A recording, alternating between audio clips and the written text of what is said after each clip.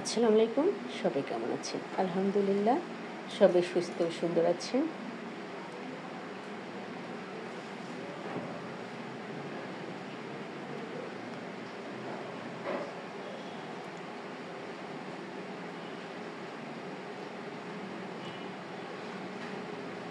আর এখানে একটা কড়াইতে তেল দিয়ে দিলাম। এখানে পেঁয়াজ বাটা, মরিচ বাটা, জিরা বাটা এগুলো দিয়ে মশলাটা একটু কষিয়ে নিলাম। এবার কয়েকটা মাছের টুকরো এখানে দিয়ে দিব।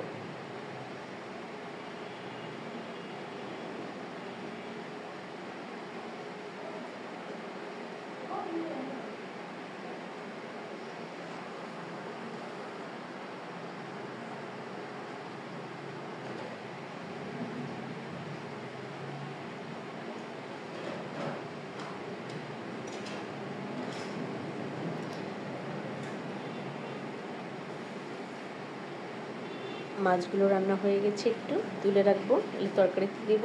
এবার আমি এখানে বেগুন ঝোল করব। এখানে বেগুন, ঝিঙ্গে, কয়েকটা আলু এগুলো একসঙ্গে একটু ঝোল করব। বেগুনের তরকারিটা আমার হয়ে গেছে। এবার এখানে আমি মাছের ঝোল করব। এখানে একটা কড়াইতে আমি সামান্য পরিমাণ তেল দিয়ে দিলাম। এখানে আবারও পেঁয়াজ বাটা, মরিচ বাটা, জিরা, আদা, রসুন বাটা, লবণ, হলুদ সব কিছু দিয়ে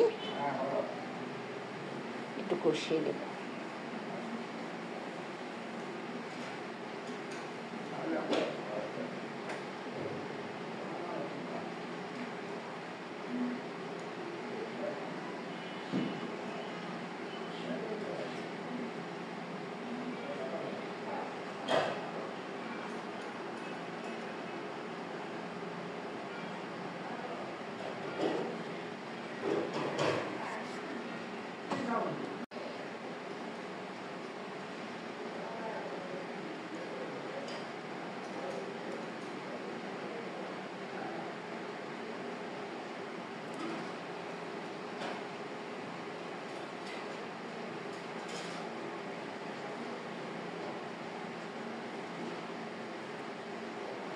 মশলাগুলো আমার কষানো হয়ে গেছে। এবার মাছগুলো ঢেলে দেব।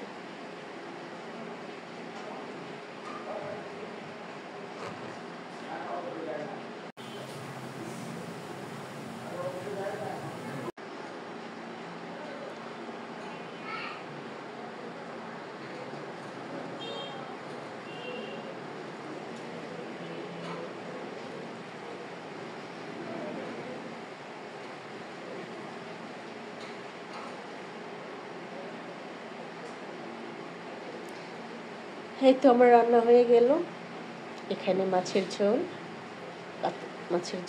এখানে হচ্ছে বেগুনের ঝোল, আর হচ্ছে অফ ক্যামেরায় আমি লাউ শাক রান্না করে নিয়েছি। আজকের রেসিপিটা কেমন লাগলো অবশ্যই জানাবেন, আর অবশ্যই একটা সাবস্ক্রাইব করবেন। ওকে, সবাই ভালো থাকবেন। আল্লাহ হাফেজ।